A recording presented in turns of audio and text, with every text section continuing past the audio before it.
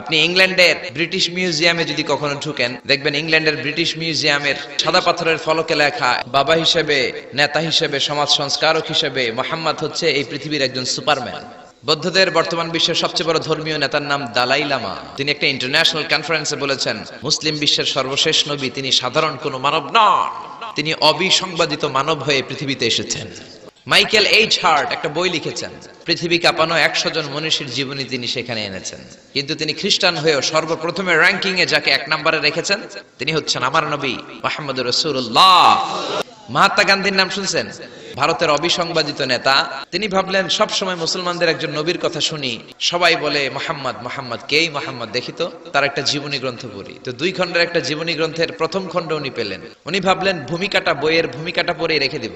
পড়তে শুরু করলো বিশ্বনবীর শৈশবকাল, কৈশোরকাল, তার সমাজনীতি, তার রাষ্ট্রনীতি, তার আন্তর্জাতিক নীতি। পড়তে পড়তে প্রথম খণ্ড শেষ।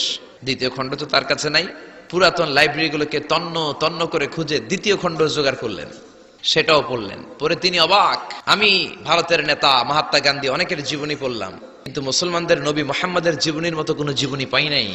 এই জীবনীটা, এটা একটা ইউনিক, আনপ্যারালাল, ফ্যান্টাস্টিক জীবনী, যে জীবনীর সাথে কারো জীবনীর কোনো মিল নাই। পড়েন সুবহানাল্লাহ।